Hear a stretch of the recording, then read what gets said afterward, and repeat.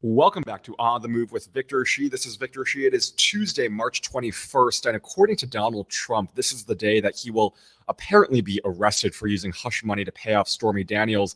Of course, Trump knows what he's doing. This won't be an arrest if today is the day. It will be an indictment. And in that same statement, he called for his protesters to take our nation back, which seems eerily similar to his calls on January 6th. When his calls for protest ended up killing 5 people and leaving hundreds of people injured in one of the worst, I guess maybe the worst insurrection in our nation's history. Whether or not the indictment will happen today is unknown, but all the evidence points to the fact that Donald Trump will be indicted. And today we're going to talk about the significance of a former president being indicted, as well as talk about how the media should cover this. And I'm grateful to be joined by one of my favorite MSNBC anchors, Lawerence O'Donnell, who of course hosts The Last Word every weekday night at 10 p.m. Eastern time. Lawerence, it's so great to see you. Thanks so much for being here on what could be a historic day and week. Great to be here, Victor. And I suspect the historic day will be Wednesday or Monday because the grand jury in Manhattan normally meets this grand jury Mondays and Wednesdays. So Tuesday, it's just not, it can be a Tuesday, announcement if it's a Monday indictment. But so the next opportunity they have for an indictment is probably tomorrow. And then the grand jury voting out an indictment doesn't mean we will know about it for possibly another day or two. The first thing that would happen is that they would get into a very specific negotiation with Trump lawyers about how to do this, what to do next, and how to get him arraigned and through the process. And I'm sure that will be as, I guess I'd put it, as generous a negotiation as the district attorney's processes allow, which is to say it could include doing it via Zoom. They were doing that during COVID all the time. They know how to do it now. They didn't know how to do it before COVID, but they do.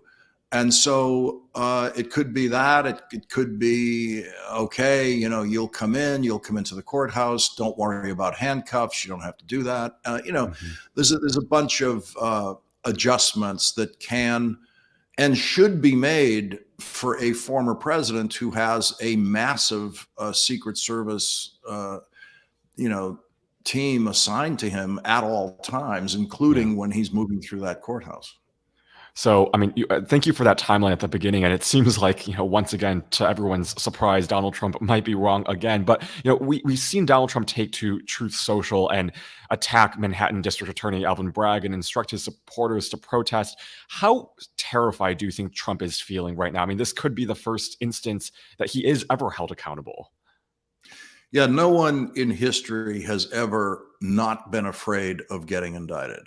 Indictment is a disaster in anyone's life, and he is very much afraid of that. That's why he sent in that witness to the grand jury on Monday, Mr. Costello, to try to dismantle Michael Cohen's credibility. And Michael Cohen's credibility for courtroom purposes is a shaky thing. He started off publicly lying about the Stormy Daniels thing. Then when the FBI executed a search warrant on his home and office and got a tremendous amount of evidence against him involving this and, importantly, other crimes, many other financial crimes that Michael Cohen pleaded guilty to. Once he was cornered by the FBI and federal prosecutors, only then did Michael Cohen's story change into, yes, I paid off Stormy Daniels, I negotiated it, Donald Trump told me I was in on the negotiation, and then Donald Trump paid me back. The advantage Michael Cohen has is that there's a tremendous amount of documentary evidence for this, which is to say checks. Michael Cohen's, LLC that he invented for this purpose, sending the checks to Stormy Daniels, and then Donald Trump in his big, bold signature on the checks reimbursing Michael Cohen. That's really the case. It's not a testimonial case. It's a documents case, and the documents are checks. Yesterday, he was on Ari Melber, and he said this great line, which is, I mean, I have the facts on my side, I have the truth on my side, and I have the documents on my side. So it seems like whatever Robert Costello is trying to do, at the end of the day, the truth will hopefully prevail. And it seems like Michael Cohen has. Well, the big Yeah. question, and this question wasn't asked of Michael Cohen yesterday. The big question is, when did you first tell Donald Trump about the Stormy Daniels contact? Right. That was not in yesterday's public dialogue. And Michael Cohen had a very odd entry in the dialogue yesterday, which is Ari brought up the waiver of attorney-client privilege that allowed Attorney Costello to testify in the grand jury about his conversations with Michael Cohen. And Michael Cohen was having those conversations with Attorney Costello back when Michael Cohen was first shopping for a criminal defense lawyer. He didn't agree to employ Costello, but those conversations, even at the exploration stage, are all protected by attorney-client privilege. So, Costello said that, Cohen waived that the U.S. attorney told Costello years ago that Cohen waived attorney-client privilege with Costello, which is a very important thing. It's impossible to imagine, Costello testifying without that waiver from Michael Cohen. When asked about it yesterday, Michael Cohen said, I don't remember that. I mean, it was the weirdest question a lawyer could possibly have did you waive attorney-client privilege? He said that's news to him. He didn't know that. Show me where that happened. If you waive attorney-client privilege, you remember it for the rest of your life. That's how big a choice it is, especially for someone like Michael Cohen. Not only does the U.S. attorney have a paper copy of what you signed waiving attorney-client privilege, but you, Michael Cohen, do too. And so, he's still somebody who, that was an example possibly, of Michael Cohen's kinds of reactions on a witness stand under cross-examination. Right. And it wasn't a good moment for Michael Cohen when you're really studying what might happen with him on a witness stand in a case like this. So, I mean, we haven't seen an indictment, but are you optimistic that it's even going to come?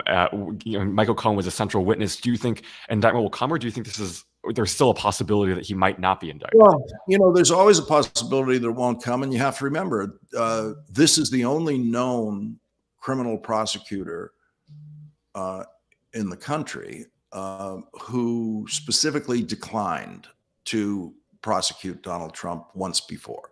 He had prosecutors, a special prosecutor hired in his office who was working on an investigation of Donald Trump involving business records and other business activities, Mark Pomerantz.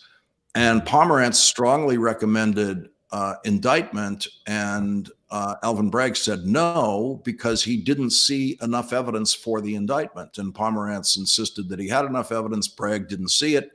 Pomerantz then violated his confidentiality oath to the district attorney's office after quitting and writing a book about it, which is the first such book ever written by a former prosecutor about a case that was still ongoing. Prosecutors have written books about cases they've handled after the case was completely over and the defendant was in prison for life and the prosecutor retired. That's the way you get a prosecutor's book, okay?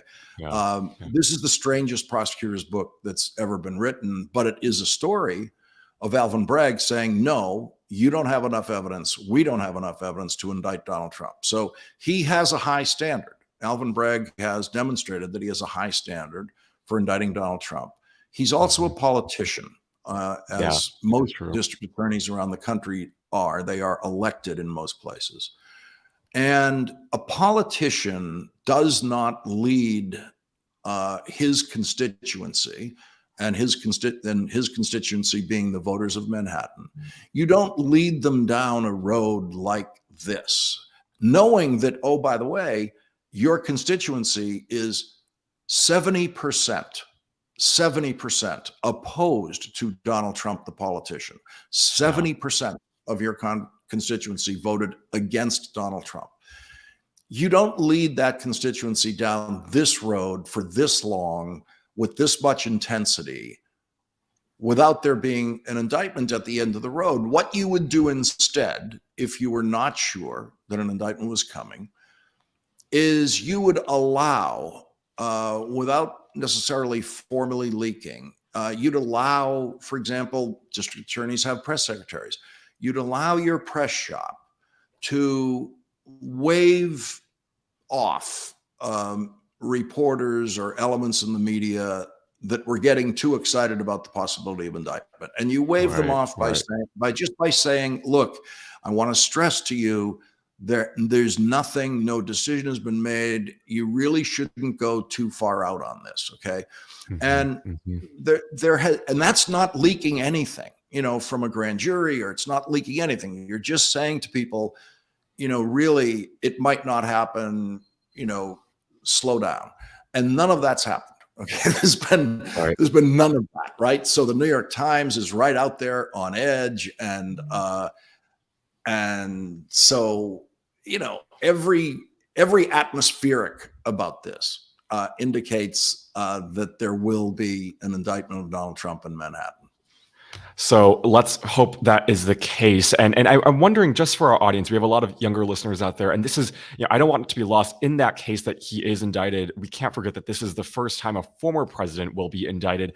How do you hope the American people will see this indictment? And how do you hope the media will frame this indictment in the larger context of history? Well, the one thing I wish the media would do is stop pretending that anyone knows what this indictment would mean politically, like what would be the political effects of this indictment.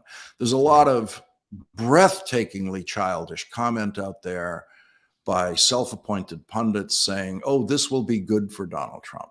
Yeah. That is the single stupidest take that is publicly available right now. You're getting it, everyone from stand-up comedians to, pundits on TV, saying things like that.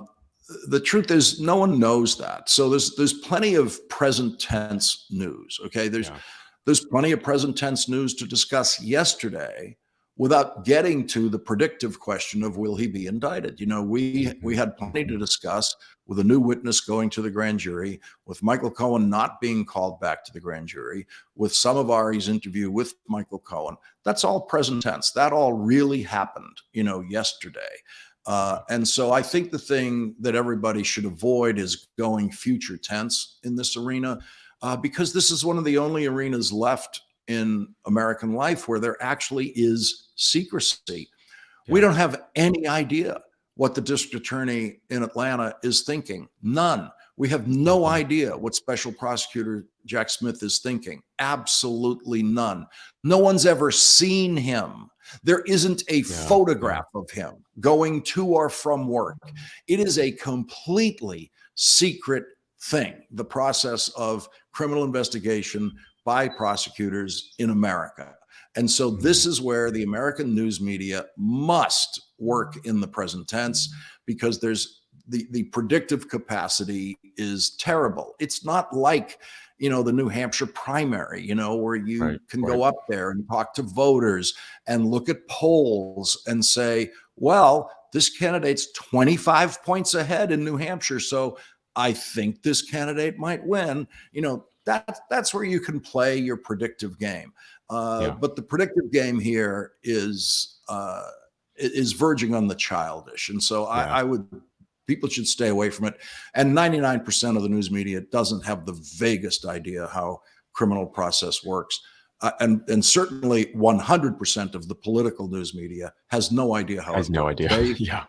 They cover politics. They cover campaigns. They have a pretty good sense of how campaigns work. They do not know how government works. That's not what they do. They cover campaigns. Even the ones who are assigned to cover government really cover campaigns. And this is the most secretive part of government, and they have no idea how to cover it. That is, I think, great advice. It's really premature, I think, for anyone to make predictions about how this will help or hurt Donald Trump. We just don't know. But I do want to ask you, speaking of the media, about Fox News in these last minutes that I have with you. Yesterday, we saw a new complaint by a Fox producer saying that basically Fox coerced her to say specific things about Dominion and Smartmatic. With those lawsuits now pending, do you think anything will change how Fox covers things? I mean, they aren't even reporting about either of the lawsuits, but say this indictment comes down, do you think they'll frame it in a way where they'll tell their audience the truth? Or are they so kind of ingrained in fake news and giving their audience conspiracy theories at this point? Well, first of all, the word news should never appear anywhere With near the Fox. word Fox. Okay. Yeah. That is what Senator Moynihan, who I used to work for, would call semantic infiltration. That is Rupert Murdoch infiltrating your language to force you to use his language.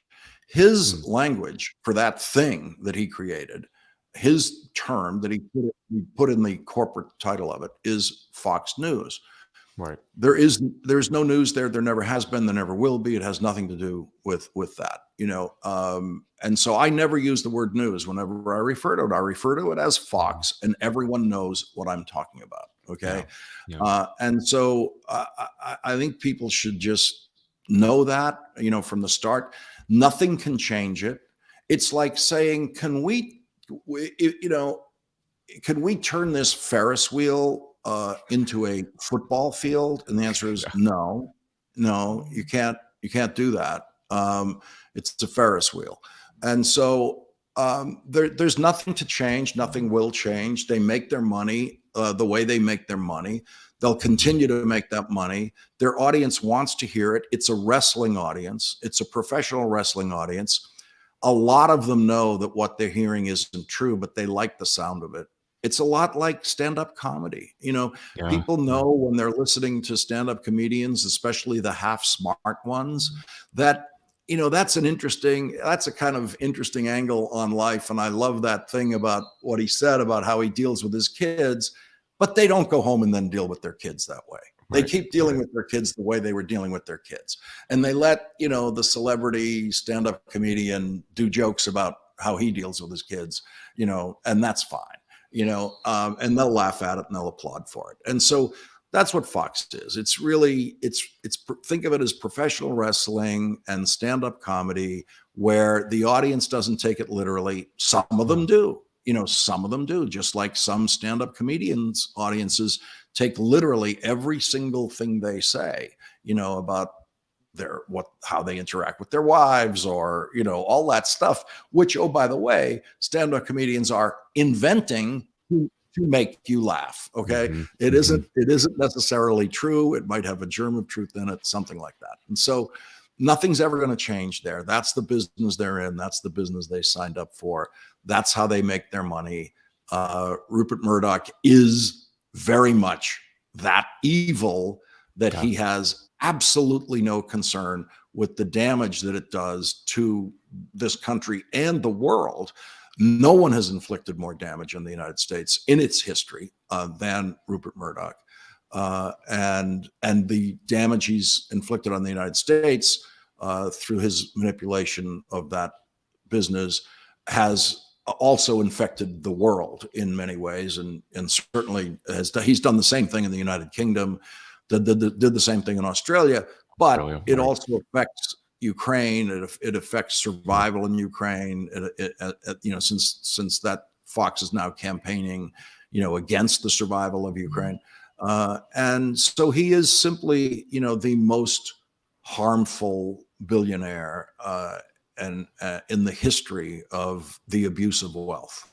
Yeah. You know, when you said don't use the word news with Fox, you're so right, first of all. But my co-host on the other podcast I host with Jill Wine-Banks, she has this great hashtag called "Say This, Not That." Don't say Fox News, say Fox. And I think that's just perfect advice. We can't call it a news organization, because if we do, it lends them this sense of legitimacy and credibility that they don't have. If you use that word, it changes your understanding of what you're talking about.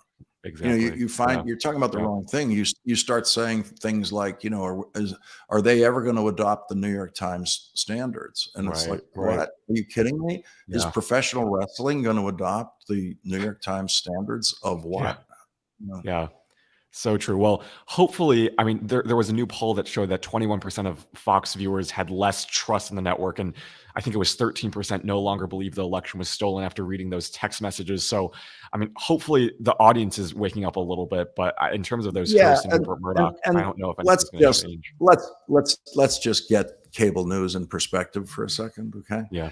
Um, on a good night, less than 1% of the population, and I mean a good night for Fox, less Yeah. than 1% of the population watches Fox. Okay, less than 1%. You Yeah. are in a Yeah. country of 330 million people. 3 million people is an excellent, audience night for Fox. Okay. Yeah. Um, Cable news is watched by a tiny, tiny fraction of Americans, even on an occasional basis. Most people Mhm. in America never see cable news on any channel on cable news. Okay. So, it's poisonous. It has the Fox stuff is poisonous. It has an effect that blossoms beyond the reach of the audience because it destroys the person watching Fox, who Yeah. then destroys his son or Right. his nephew or his uncle, and adds to the destruction by word of mouth. That is absolutely true. Yeah. But 21% of the Fox audience is the tiniest collection of people you Tiniest. could Yeah. ever, you could ever ask to change minds. Yes, yes. Well, I think that's a perfect way to end, knowing that only less than 1% on a good night, or 1% of the population watches Tucker Carlson or the most popular Fox News show. They're loud, but it really is a tiny sliver of the American electorate. And Lawerence, thank you so much for joining me this morning, and good luck to you this week. Hopefully, tomorrow might be the day, but we'll all keep our fingers crossed, and I know that we will all be biting our nails. Thank you, Victor. Thanks so much, Lawerence.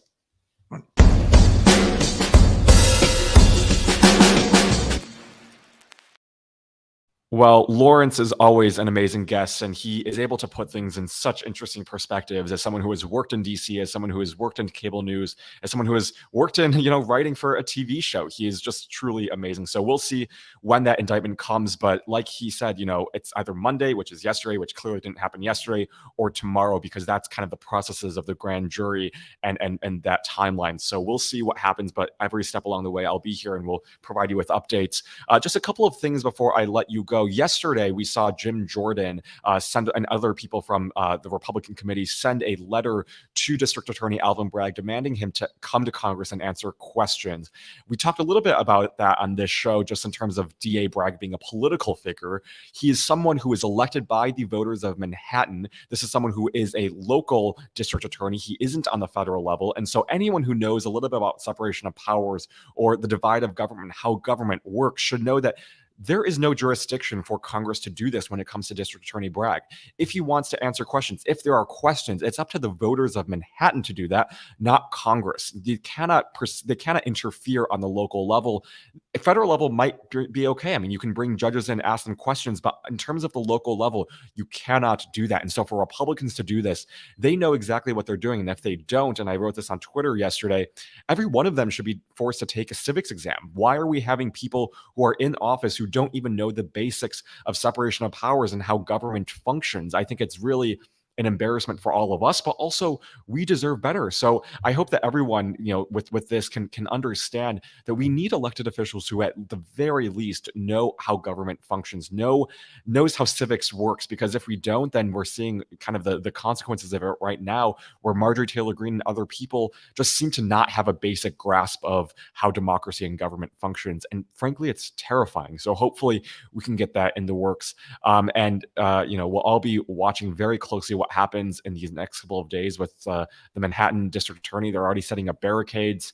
Yesterday, Costello testified, and it seems like Michael Cohen is not going to be brought back as a rebuttal witness, which is good news, I think, for this criminal proceeding. So we'll see what happens on that end, but I will keep you all posted.